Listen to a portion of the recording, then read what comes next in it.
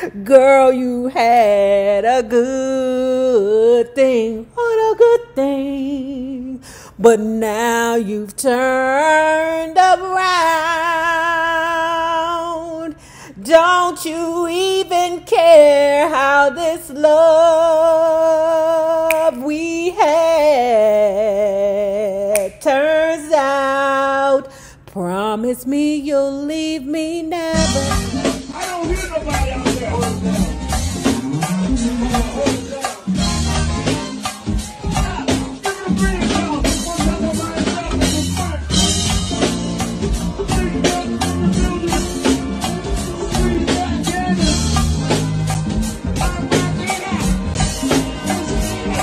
To add insult to injury, the officer just grabbed me up and continued marching me down the street and through the entrance to the club while my back bled profusely. I am hurt, I kept screaming over and over. Please don't let me die.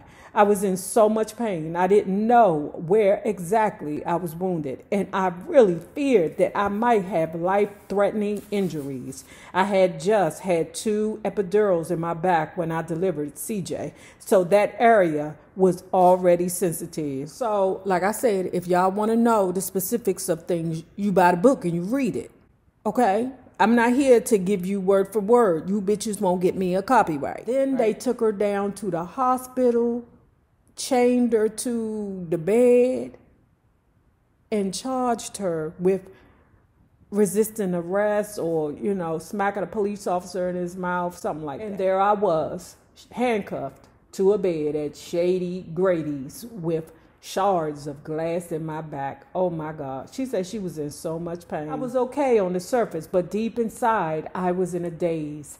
I'd come down to Atlanta to relax, and I ended up seriously injured and in jail. If trouble were money,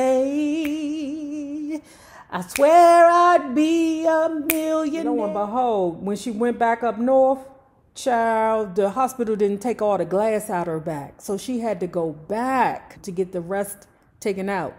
This is where I believe if she did have issues with pills, that's where the pill popping came from, because that's where a lot of people get in trouble. Now they don't have that shit. They ain't giving you pills no more. Like I told you, you damn near got to have your arm over there for them to give you a fucking Percocet. Girl, they be like, you okay, take this Tylenol. What? Bitch, my arm is over there. Pick it up and bring it closer to me, would you? Now they got this thing where it's like they call it a nerve blocker. Child, you can't feel shit. You come out of surgery and be doing a whole jig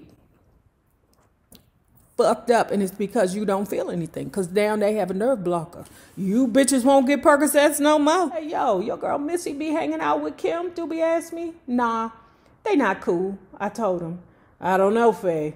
I think she be hanging with her. My boy told me he saw them popping bottles at some club.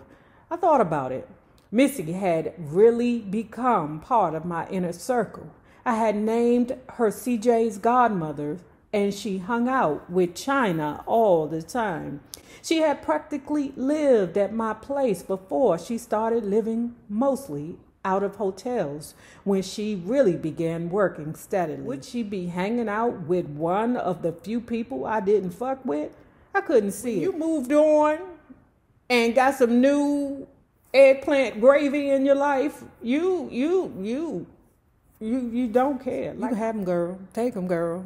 I mean, even though Lil' Kim said that was the best sex she ever had, no, you can't tell, because it's certain. I mean, he might.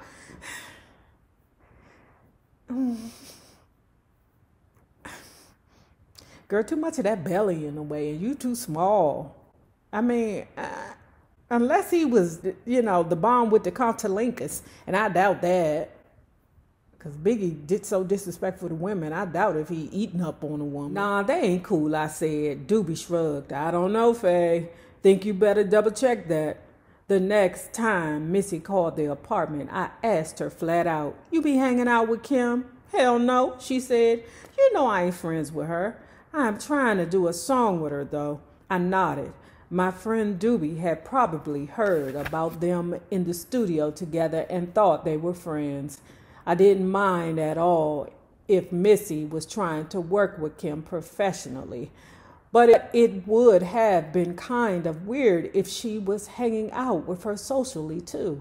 About a week after the phone call, Missy called me again and asked me to bring China and CJ to the hotel. It was early in the morning and I hadn't gotten the kids officially ready yet, but she begged me to just bring them anyway. My friend Rufus, who had originally introduced me to Missy, was at my apartment and helped me get the kids packed, then went with me to Missy's hotel room. When we arrived, she was on the phone. "Yeah, I can be there at 6, Missy was saying to someone. But wait, hold on, I have another call. Missy clicked over to her other line and began talking and laughing with someone. Then she went back to her original call. "Yeah, I'm back," she said. "That was Lil' Kim. She'll be there too." Me and Rufus exchanged a look, but I didn't say anything. Missy got off the phone and we all talked briefly. I showed her where all of CJ and China's things were and then left her hotel room with Rufus. "Did you hear what she said on the phone?" Rufus asked. "She was talking to Little Kim." I thought about what Doobie said about seeing Missy and Kim together in the club. I asked Missy if she was cool with her and she said no. "Maybe it was something work-related," Rufus asked. "Maybe." Rufus said, "Girl, pay attention. Something ain't right. Something ain't right. Messy Missy." She said something about China hair one time, and child, you know you can't talk about nobody's kids. That struck a nerve in Faith. "What you mean she talk about China's hair? What you talking about?" I knew that Missy had to be immediately dismissed from my circle. I didn't call her and tell her anything. She was just cut off in my mind. And honestly, I didn't even plan to hold a grudge. Some friendships can be fleeting. I was going to have to tighten my circle again. Big had been sending off vibes to me that I couldn't really pick up on. I was feeling like he really wanted me back, but I wasn't sure. And if he's giving you that, he's probably doing that to all 3 women, Lil' Kim, Faith, and Charlie Baltimore. Big had been sending off vibes to me that I couldn't really pick up on. Boom.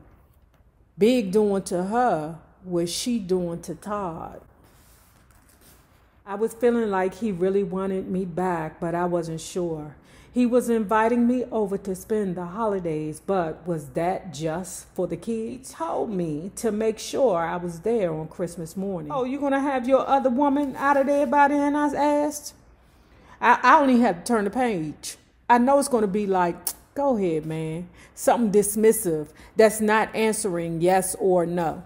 "Let's see what the book says." "Whatever," he said. "Stop playing. Just be here." "I'll be there," I said. See, I was very curious. I knew he had just left the studio that night with Kim. I assumed Tiffany was at his house. I wondered how he was going to maneuver all that. I don't know what got into my head, but I decided that I needed to know once and for all what Big was really trying to do. On that night before Christmas, I drove to Big's house on a mission to find out where I really stood. Okay. I got to Big's bedroom door, turned the knob, and went inside. As soon as I saw a small lump next to Big's large frame, I flew into a rage, ran over to the side of the bed, and pulled back the covers. I grabbed some chick out of the bed and started beating her ass. At some point, the chick's wig came off in my hand. It was a short-cropped wig. I stopped throwing punches for a minute to get a good look at the chick I was beating up. It was Lil' Kim. She was completely butt naked, yelling as I pulled her around the room. "So you not fucking her, right?" I screamed at Big. "Yeah, you not messing with her anymore, right?" When they heard all the commotion, C's, D-Rock, and Gutter came running into the room. "Oh, shit," they yelled in unison. "It's Faye. How the hell she got in here?" Faye pulled the trigger boo-boo. That's how she got in there. She took some kind of incognito Mission Impossible through the garage. Big sat up in bed and pointed at Kim, who was standing in a corner of the room trying to cover her naked body with her hands while I was still yelling at Big. Yo, get her out of here, Big said. They led Kim out of the room and she screamed and cursed the whole way. It was absolutely crazy in that house. Kim was naked and being led somewhere to get dressed. I have to say, I actually felt some pity for Kim. Big had a wife and she settled for messing with him. Then he started dating Tiffany, and Big had a wife and a mistress. And Kim still settled for being the other woman. It seemed pretty sad to settle for that. Even though we ended up having sex that day, girl, at that point I decided I was 100% through. Girl, you had a good thing, what a good thing. But now you've turned around. Don't you even care how this love we had turns out? Promise me you'll leave me never. I wanted to turn over a new leaf and shed the drama. But before I started fresh, I did slash 2 tires on Lil' Kim's brand new Lexus truck when I saw it parked outside of Bad Boy offices a few weeks after she keyed my car. I felt like she had that one coming. Soon after I moved into my new house, my girl Tony was visiting from Los Angeles and helping me to get unpacked and organized. She answered the phone for me when it rang. "It's Missy," she said. I closed my eyes, shook my head, and didn't open my mouth. I did not hold anything against Missy. I really didn't. But it felt like she was trying to play both sides of the fence. She wanted to be cool with me and with Kim. That's kind of petty. Like, instead of cutting her off, just put her in a pocket. This is the pocket. You go in this pocket, bitch. The pocket that I can't tell you none of my business because you might go back and tell that bitch Kim my business. So I'm going to keep you over here in the pocket just in case I need you to help me write a song or be in a video or hook some other shit up. But I'll tell her you called. Right. I understand. Hold on a second. Tony held the phone out to me. She sounds like she's about to cry. She said she really wants to talk to you. I shook my head. No, thank you. I'm busy. Girl, you know that girl of cancer. You know she over there having a nervous breakdown over not a goddamn thing. You know how emotional they are. Girl, if you don't pick up that damn phone. Around the same time that I moved, Big finished recording his sophomore album, Life After Death, and went out to LA to add some finishing touches and do some press and promotion. I can only speak for the things that I've been through. But when it comes to our love, pretend I can sing. I'll talk the whole night through. Hey, do my favorite go-go song. Taking a ride on the east side, made a left on MLK. What a beautiful day, what a beautiful day. Riding high on the west side, looking for a hood rat to play. Won't you come out and play? Won't you come out and play? Hey, taking a ride. Hey, hey, on the south side. Ooh, ooh. Hey, hey, hey. We like that good. Say what?